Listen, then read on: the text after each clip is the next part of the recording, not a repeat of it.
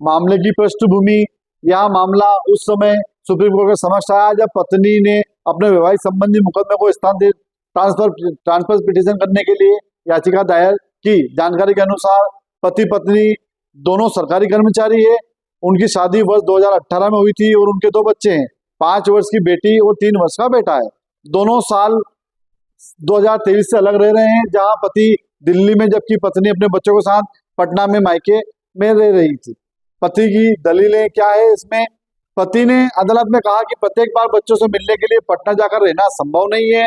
उसने अदालत को यह प्रस्ताव दिया कि वह पटना में एक अलग मकान किराए पर लेकर सप्ताहांत वीकेंड में बच्चों से मिलने को तैयार है।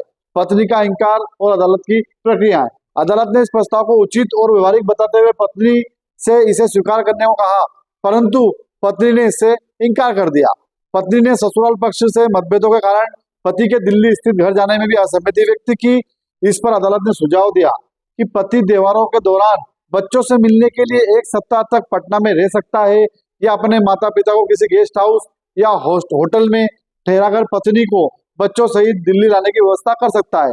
स्थिति पर खेद व्यक्त करते हुए जस्टिस महोदय ने कहा कि देखिए, माता पिता की स्थिति क्या हो गई है, अब उन्हें घर से बाहर जाना पड़ेगा क्योंकि बहू उनके साथ नहीं रह सकती। एक कहावत है, पत्नी को पति को लट्टू नहीं समझना चाहिए। जस्टिस महोदय ने यहाँ भी कहा कि अहंकार और अनम्यता, ईगो एंड रिगिडिटी वैवाहिक संबंधों को नष्ट कर देती है। अदालत ने दंपति को बच्चे के भविष्य और मानसिक भलाई, वेलफेयर एंड मेंटल हेल्थ को सर्वोच्च प्राथमिकता देने की सलाह भी दी है।